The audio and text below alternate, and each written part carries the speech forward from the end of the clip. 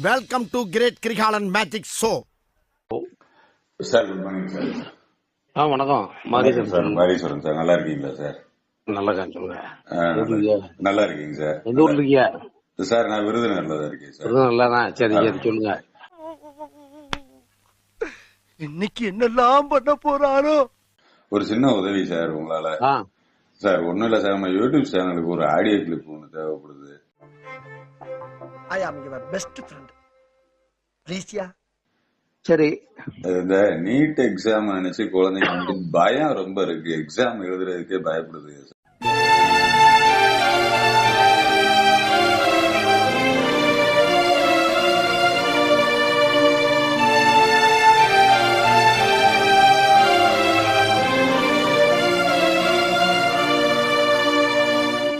பயம் போதும்.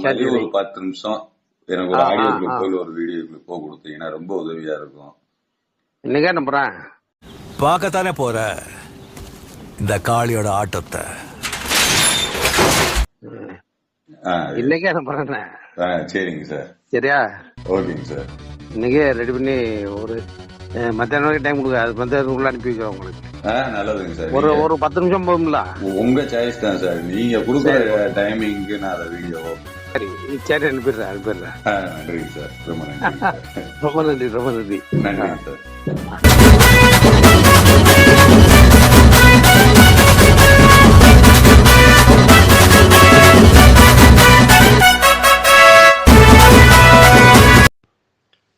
வணக்கம் மாணவ செல்வங்களே. உங்களோடு பேசுவதற்காக திருநெல்வேலி கவிஞர் செல்வராஜன் பேசுகிறேன். எல்லாரும் நீட் தேர்வுக்கு தயாராகிட்டுப்பீங்க. வாழ்த்துக்கள். எல்லாருமே கதை கேட்குறதுல ஒரு ஆர்வத்தோடு இருப்போம். இந்த கதையும் உங்களுடைய பொன்னான பொழுதுல சேர்த்து கேட்கணும்னு கேட்டுக்கிறேன். அதாவது ஒரு ஊரில் ஒரு மன்னர் இருந்தார். அவர் ஒரு நாள் ஒரு போட்டி அறிவித்தார். என்ன போட்டி அப்படின்னா, பூட்டப்பட்ட மிகப்பெரிய கதவு ஒன்று இருக்கு. அந்த பூட்டுக்களை யார் திறந்து உள்ளே போகிறாங்களோ அவங்களுக்கு உரிய பரிசு கிடைக்கும் அப்படின்னு சொல்லி மன்னர் அறிவிச்சிட்டார். நிறைய பேர் வர்றாங்க. இந்த கதவுகிட்ட போகிறாங்க. போயிட்டு இவ்வளோ பெரிய கதவை நம்ம எப்படி திறக்க முடியும், நம்ம தோல்வி அடைஞ்சிட்டோம் அப்படின்னு சொல்லி பின்வாங்கிடுறாங்க. ஒருத்தர் மட்டும் போனார். நேராக கிட்ட போனார். பார்த்தா கதவை பூட்டாமல் இருந்துச்சு. கதவை லேசாக தள்ளினார். கதவு திறந்துருச்சு. உள்ளே போனார், பரிசுகளை வாங்கினார் அப்படின்னு சொல்லி அந்த கதை முடியுது. இப்போ நினச்சி பார்த்தா முயற்சி என்பது இல்லாமல் வெற்றி என்பது இல்லை அப்படிங்கிறதான் உண்மை. அந்த வகையில் சொல்ல போகிறாருன்னா, நீட் தேர்வு பற்றி சொல்லும்போது மிகப்பெரிய ஒரு பயம் உள்ளது அல்லது மிகப்பெரிய ஒரு பலம் உள்ளது அந்த பரீட்சை, அதனால் நம்மளாம் எப்படி ஜெயிக்க முடியும் அப்படிங்கிற ஒரு பயம் கலந்த உணர்வு நண்பர்கள் உள்ள வந்திருக்கலாம். அதுக்கு தேவையே இல்லை அப்படிங்கிறதா நம்முடைய கருத்து. அதாவது நண்பர்களே, ஹியரிங் அப்படிங்கிறதுக்கும் லிசனிங் அப்படிங்கிறதுக்கும் வித்தியாசம் உண்டு. ஹியரிங் என்பது நாம் விருப்பப்படாமல் நம்முடைய காதுகளில் விழும் ஒலிகளுக்கு பெயர் ஹியரிங். விரும்பினாலும் சரி விரும்பாட்டாலும் சரி நம்முடைய காதுகளில் அந்த ஒலி விழும். அதாவது ரோட்டில் ஒரு பஸ் போகிறது, வேறு விதமான வாகனங்கள் போகிறது, வேறு விதமான விலங்குகள் சத்தம் போடுறது, வேறு மனிதர்கள் பேசி கொண்டிருக்கிறது, இந்த மாதிரி சத்தங்கள் நம்முடைய காதில் விழுந்தால் அதற்கு பெயர் நம்ம ஹியரிங் அப்படின்னு சொல்கிறோம். அதாவது கேட்டல் அப்படிங்கிறோம். அந்த சத்தங்கள் நாம் விரும்பினாலும் விரும்பாட்டாலும் நம்முடைய காதுகளில் விழத்தான் செய்யும். அது கேட்டல் அப்படிங்கிறோம். லிசனிங் அப்படிங்கிறது கவனித்தல். கவனித்தல்ங்கிறது நம்முடைய உள்மனதிலிருந்து நம்ம யார் என்ன சொல்கிறா அப்படிங்கிறத கவனிக்கிறது. அதாவது உதாரணத்துக்கு உங்களுக்கெல்லாம் மாணவர்களுக்கு வீட்டில் பெற்றோர்கள் சொல்லிக்கிறான், பள்ளிக்கூடத்தில் ஆசிரியர்கள் சொல்லிக்கிறான், சொல்கிறத கவனி அப்படின்னு சொல்லியிருப்பாங்க. அப்பா சொன்னால் கவனிக்க மாட்டியா, அம்மா சொன்னால் கவனிக்க மாட்டியா, ஆசிரியர் சொன்னால் கவனிக்க மாட்டியா அப்படின்னு சொல்லி கவனித்தல் அப்படிங்கிறது அந்த அளவுக்கு முக்கியத்துவம் பெறுகிறது. அப்போது நாம் நினச்சி பார்த்தா நாம விரும்பி நமக்குள்ளே ஏற்றுக்கொள்வதற்கு பெயர் தான் லிசனிங் அப்படிங்கிறது, அதாவது கவனித்தல் அப்படிங்கிறது. அதே மாதிரி தான் ரீடிங் அப்படின்னும் ஸ்டடிங் அப்படின்னும் ரெண்டு இருக்கு. அதாவது ரீடிங்கிறது பொழுது போகிறதுக்காக பண்ணுறது. அதாவது பேப்பர்கள் படிக்கிறது, தினசரி நாளிதழ்கள் படிக்கிறது, வார இதழ்கள் படிக்கிறது. அதே சமயம் நம்ம மாத இதழ்கள், இந்த மாத இதழ்கள் அதெல்லாம் வந்து பொழுது போகிறதுக்காக நம்ம வந்து வாசிக்கிறது. பொழுது போகிறதுக்காக செய்கிற வேலைக்கு பேர் வந்து நம்ம வாசிக்கிறது அப்படின்னு வச்சுக்கலாம்.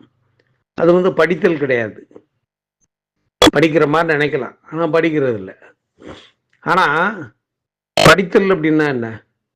நமக்கு உள்ளுக்குள்ள இருந்த அந்த புத்தகத்தில் என்ன இருக்குது அப்படிங்கிறத உள்வாங்கிக்கிட்டு நம்ம வந்து ஏற்றுக்கொள்வதற்கு பேர் தான் படித்தல். அப்போது படித்தல்னு என்னது? நம்முடைய மாணவர்களாக இருக்குது அப்படிங்கிறத படிக்கிறோம். மாணவ பருவத்தில் கொடுக்கப்படுற புத்தகங்களை படிக்கிறோம். நல்ல ஒழுக்கங்களை படிக்கிறோம். நல்ல முயற்சி செய்வது எப்படி அப்படிங்கிறத படிக்கிறோம். இன்னும் சொல்லப்போனால் நல்ல நல்ல விஷயங்களே நம்ம வந்து ஏற்றுக்கொள்வதற்கு பெயர் வந்து படித்தல் அப்படிங்கிறதா வச்சுக்கலாம். அதனால்தான் வள்ளுவன் சொல்லும்போது கற்க கசடற கசடு அற அப்படின்னா, கற்க கசடற கற்பவை கற்றபின் நிற்க அதற்கு தக அப்படின்னு சொல்லி ஒரு குறள் கேள்விப்பட்டிருப்பீங்க. அதாவது கசடு இல்லாமல் குற்றம் இல்லாமல் கற்க வேண்டும் அப்படிங்கிறது வந்து வள்ளுவனே சொன்ன வாக்கு. அந்த வகையில் இன்னைக்கு மாணவர்கள் அத்தனை பேருமே படிப்பதில் ஆர்வம் கொண்டு நாளுக்கு நாள் மேலும் மேலும் பெருகி பெருகி வளர்ந்தே வர்றது சந்தோஷமான விஷயம். அதே நேரத்தில் இந்த நீட் தேர்வு பற்றிய ஒரு சில புரிதல்கள் இல்லாதனால உங்களில் சிலர் பயப்படக்கூடிய ஒரு சூழ்நிலை வருது.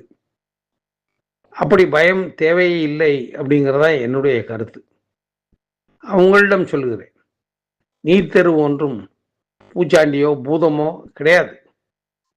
அதாவது நம்ம நினச்சி பார்க்குறோம், பலவிதமான தேர்வுகள் உள்ள மாதிரி நீட் தேர்வும் ஒரு தேர்வு, அவ்வளவுதான்.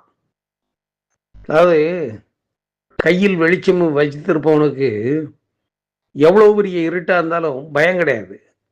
அதே மாதிரி நல்ல கல்வியை கையில் வைத்திருப்பவர்களுக்கு எந்த தேர்வும் பயம் தரும், எந்த தேர்வும் பயப்படுத்த வேண்டிய அவசியம் இல்லை அப்படிங்கிறதான் நம்முடைய கருத்து. அதாவது நல்லா நினச்சி பார்க்குறோம், எந்த தேர்வாக இருந்தாலும் சரி அதற்குன்னு உரிய படிப்பு இருக்கணும், அதற்குன்னு உரிய தகுதி இருக்கணும். அப்படிங்கும்போது அந்த தேர்வில் வெற்றி பெற முடியும் அப்படிங்கிறத நம்ம புரிஞ்சுக்கிறோம். அதே மாதிரி தான் நீட் தேர்வும். ஒரு பெரிய விஷயம் என்ன பாருங்க, நீட் தேர்வில் 3 வாட்டி கலந்துக்கிறதுக்கான வாய்ப்பு இருக்குது. அது முதல் விஷயம். அடுத்தால இதில் வந்து நம்முடைய திறமை எவ்வளவோ அதற்கு தகுந்த மாதிரி நம்ம வந்து மதிப்பெண்களை பெற முடியும். அது 2வது விஷயம். அதன் மூலமாக எத்தனை பேர் பலன் பெற்றிருக்காங்க அப்படிங்கிறத நம்ம பார்த்தோம்னா நமக்கே ஆச்சரியமாக இருக்கும். 2022, 23, 2023, 24, 2024, 25 ஆகிய வருஷங்களில் எவ்வளோ பேர் பலன் பெற்றாங்க அப்படின்னு பார்த்தோம்னா கிட்டத்தட்ட 625 பேருக்கு மேலேயே பலன் பெற்றிருக்கிறாங்க. அதிலும் அரசு பள்ளி மாணவர்களாக இருப்பவர்கள், ஏழை எளிய குடும்பத்தை சேர்ந்தவர்கள் 625 பேருக்கு மேல் கொண்டு பாடம் படிச்சுட்டு இருக்கிறாங்க. இதில் இன்னொரு விஷயம் இருக்கு, நம்ம எல்லாருமே 15% எல்லா கல்லூரிகளுமே 15% பிற மாநிலத்தவர்களுக்காக ஒதுக்கணும் அப்படிங்கிற சட்டமும் இருக்கிறதாக சொல்றாங்க. அந்த வகையில் சொல்ல போனால் நீங்கள் இந்தியா முழுவதும் சென்று படிப்பதற்குரிய ஒரு பெரிய வாய்ப்பு நம்ம வந்து கிடைச்சிருக்கு. கிட்டத்தட்ட 30 மாநிலங்கள் இருக்கின்றன. அந்த மாநிலங்கள் முழுதும் இருக்கக்கூடிய கல்லூரிகளில் சேர்ந்து நீங்கள் வந்து படிக்கிறதுக்குரிய வாய்ப்பும் கிடைச்சிருக்கு. அப்படிங்கும்போது நம்ம நீட் தேர்வை பற்றி பயப்பட வேண்டிய அவசியமே கிடையாது. அதாவது எப்படி நம்ம இருக்கணும் அப்படிங்கிறது தான் உங்கள்கிட்ட சொல்ல வந்தது. ஹங்கேரின்னு ஒரு நகர் கேள்விப்பட்டிருப்பீங்க. அந்த ஹங்கேரி நகரில் ஒருத்தர் வந்து மிகப்பெரிய கால்பந்தாட்ட வீரராக இருந்தார். ஐரோப்பாவில் புகழ்பெற்ற ஒரு கால்பந்தாட்ட வீரர். அவர்கிட்ட போய் மக்கள் நிருபர்கள் கேட்டாங்க, எல்லாருமே இப்படி வெற்றி பெறுவதற்கு போராடிட்டு இருக்கும்போது நீங்கள் மட்டும் எப்படி வெற்றி பெறுறீங்க அந்த வெற்றியின் ரகசியத்தை சொல்லுங்க அப்படின்னு சொன்னாங்க. சொல்லும்போது அவர் சொல்றாரு, நேரம் கிடைக்கும் போதெல்லாம் நான் கால்பந்து விளையாடுகிறேன். சரி, அப்படி விளையாடாத போது கால்பந்து பற்றியே பேசுகிறேன். சரி, பேசாத போது கால்பந்து விளையாட்டை பற்றியே நினைத்து கொண்டிருக்கிறேன் அப்படின்னாராம். அதாவது எப்படின்னா, எண்ணம், சொல், செயல் மூணும் ஒரே நேர்கோட்டில் ஒரே குறிக்கோளோட அமைகிறதுக்கு பேர் தான் வெற்றி அப்படின்றாங்க. அந்த வகையில் சொல்ல போறாங்கன்னா, நமக்கு ஒரு கால்பந்து விளையாட்டு வீரருக்கே வெற்றி அப்படிங்கிறது எண்ணம், சொல், செயல் அப்படிங்கிறதா இருந்ததுன்னு சொன்னால், நீட் தேர்வு உண்டாக்குற ஒரு மாணவர்களுக்கு, நீட் தேர்வை சந்திக்கிற மாணவர்களுக்கு எண்ணம், சொல், செயல் மூன்றுமே ஒரே நேர்கோட்டில் அமையணும், அமைஞ்சாதான் வெற்றிங்கிறது கிடைக்கும் அப்படிங்கிறதையும் சொல்லிக்கிறோம். ஏன்னா இந்த இடத்துல ஒன்றே ஒன்று சொல்லலாம், மார்க்கெட்டிங் அப்படிங்கிறது நம்ம பார்க்குறோம். மார்க்கெட்டிங் துறையின் குரு அப்படின்னு சொல்லி ஒருத்தர் இருக்கிறார், ஜிக் சிப்லர் அப்படிங்கிற ஒருத்தர். அந்த ஜிக் சிப்லர் எப்படி இருந்தார் அப்படின்னா, கையில் குறிப்பேடு வைத்திருந்தார். ஒரு தடவை விமானம் ஏறதுக்காக விமான நிலையம் போனார். அங்கே பார்த்தா இவர் உள்ளே போனதுக்கப்புறம் அங்கே ஒரு அறிவிப்பு வருது, என்னென்னா விமானம் ஒரு 4 மணி நேரம் தாமதமாக புறப்படும் அப்படின்னு சொல்லி. இவர் உடனே ஃபேண்டாஸ்டிக் அப்படிங்கிற வார்த்தையை சொல்லிட்டு தன்னுடைய குறிப்பேடுகளில் குறிப்பெடுக்க ஆரம்பித்தார். அடுத்தால இன்னும் 1 மணி நேரம் ஆகும், தாமதமாகும் அப்படின்னு சொல்லி அடுத்த அறிவிப்பு வருது. உடனே இவர் வெரி குட் அப்படின்னு சொல்லி கூறிட்டு உடனே அடுத்த குறிப்பேடை எடுக்க ஆரம்பிக்கிறாரு. அப்போ அவர் பக்கத்தில் உள்ளவர் ஒருத்தர் கேட்டாராம், என்ன நீங்க ஃபேண்டாஸ்டிக் வெரி குட்னு சொல்லிட்டு இருக்கீங்க, இப்படி நம்ம இருந்தா எப்படி சரியா வரும் அப்படின்னு கேட்டுருக்கிறார். கேட்ட உடனே அவர் சொன்னாராம், யார் ஜிக் சிப்லர் சொல்லியிருக்கிறாரு, எரிச்சல் வரக்கூடாது அப்படிங்கிறதுக்காக தான் ஃபேண்டாஸ்டிக் வெரி குட் அப்படின்னு சொல்லி வார்த்தையை சொல்லிட்டு இருக்கிறேன் அப்படின்னு சொல்லி சொன்னாராம். எப்போ எதன் மீது எரிச்சல் வருகிறதோ அப்போதே அதன் மீது கோபம் வரும். கோபம் வந்ததுன்னா புத்தி தடுமாறும், புத்தி தடுமாறுச்சுன்னா நம்மளால செயல்களை செய்ய முடியாது. அதனால தான் சொல்லாங்க, நம்முடைய முன்னோர்களும் நமக்கு சொல்லி கொடுக்கறது அதான், எரிச்சல் அடையாமல் படியுங்கள் அப்படின்னு சொல்லி. அதனால தேர்வு இருக்கு, எந்த தேர்வாக இருந்தாலும் சரி, அதில் படிக்கக்கூடிய மாணவர்கள் யாராக இருந்தாலும் சரி, எரிச்சல் அடையாமலும் கோபம் கொள்ளாமலும் அதனால் புத்தி தடுமாறாமலும் படித்தால் அவர்களுக்கு கண்டிப்பாக வெற்றி அப்படிங்கிறத நம்ம சொல்கிறோம். அதனால் இப்போ நான் உங்கள்கிட்ட சொல்ல வர்றதை நீங்கள் தெளிவாக புரிஞ்சுங்க. அதாவது நாம் படிக்கணும், அவ்வளோதான், கவனிக்கணும், அதுதான் முக்கியமான விஷயம். சும்மா வாசிக்கிறதோ அல்லது கேட்பதோ எந்த விதத்திலும் பலன் தராது அப்படிங்கிறத நம்ம புரிஞ்சுக்கிறோம். அதனால் மாணவர்கள் அத்தனை பேரும், இதை கேட்கக்கூடிய மாணவர்கள் யாராக இருந்தாலும் சரி, அவர்கள் வாழ்விலே வெற்றி பெற்று மிகப்பெரிய உன்னதமான இடங்களை அடைய வேண்டும் என்று இறைவனை வேண்டி வாழ்த்துகிறேன். மிக்க நன்றி. நன்றி, வணக்கம்.